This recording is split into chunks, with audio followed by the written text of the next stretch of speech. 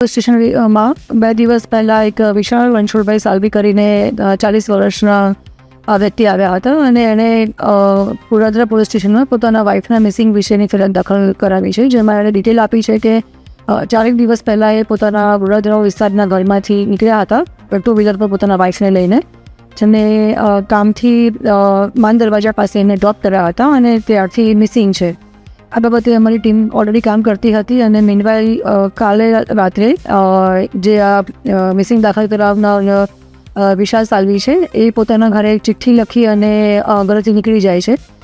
police તપાસ દરમિયાન police પણ ઇન્વેસ્ટિગેશન મિસિંગની કરી રહી હતી, એટલે એમના ફેમિલી મેમ્બરના કોન્ટેક્ટમાં હતા અને એમના